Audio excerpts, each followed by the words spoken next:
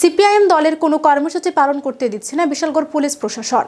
মঙ্গলবার দুপুর 12টায় অফিস টেলা সিপিআইএম দলীয় কার্যালয়ে সাংবাদিক সম্মেলন করে এমনটাই অভিযোগ জানান বিশালগড়ের প্রাক্তন বিধায়ক ও সিপিআইএম মহকুমা কমিটির সম্পাদক।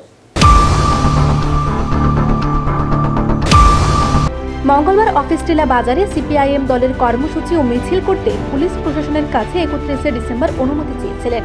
এদিন সকালে সিপিআইএম দলের নেতৃত্বদের পুলিশ জানিয়ে দেয় সেখানে ওনারা কোনো রকম কর্মসূচি পালন করতে পারবেন না, কারণ সেখানে ভারতীয় জনতা পার্টি কর্মসূচি পালন করবেন।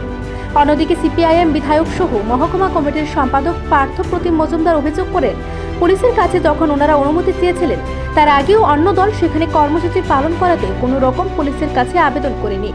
পুলিশ ইচ্ছা করে সিপিএম দলের কর্মসূচি যেন না পালন করতে পারে সেই লক্ষ্যে পুলিশ সিপিএম এর কর্মসূচি বন্ধ করে দিতে পারমিশন দেয়নি।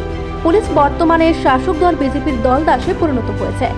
তাছাড়া সিপিএম মহকুমা কমিটির সম্পাদক পার্থপ্রতিম জানান, বর্তমানে বিজেপি দলে মিশে একাকার হয়ে গেছে সিপিআইএম এলসি মেম্বার থেকে শুরু করে সাধারণ কর্মীরা।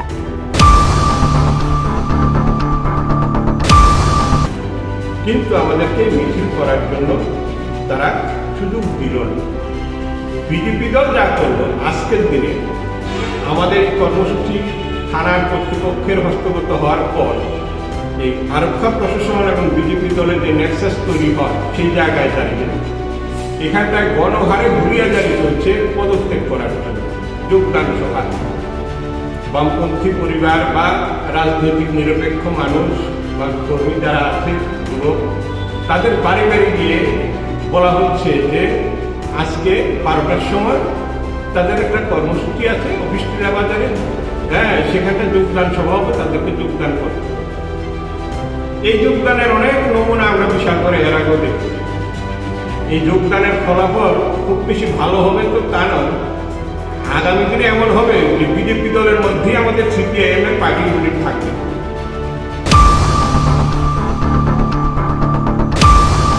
2018 সাল থেকে প্রতিনিয়ত বিজেপি ত্রিপুরা রাজ্যে জনপ্রিয়তা কমে যাচ্ছে, যার লক্ষ্যে সারা রাজ্যের তুলনায় বিশালগড় সিপিএম এর কোনো রকম কর্মসূচি পালন করতে দিচ্ছে না, এমনটাই অভিযোগ করেন প্রাক্তন বিধায়ক ভানুলাল সাহা।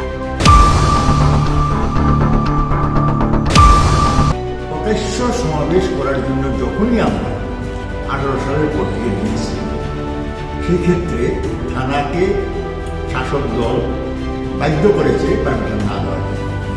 একমাত্র ইলেকশনের সময় উপায় নেই, নির্বাচন কমিশনের গাইডলাইন অনুযায়ী পুলিশ কিছুটা গণতান্ত্রিক আচরণ করেছে, তখন আমরা কিছু প্রদান করতে পেরেছি।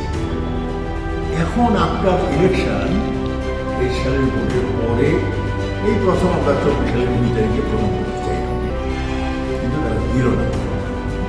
আমরা নিশ্চয়ই আবার চাই, তবে ত্রিপুরা রাজ্যে পুলিশের মধ্যে একটা পরিবর্তন আমরা দেখছি বিভিন্ন স্তরে।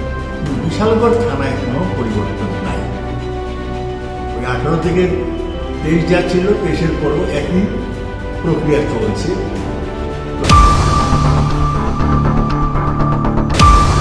বিশালগড় প্রতিনিধি রিপোর্ট, এশিয়ান টাইমস।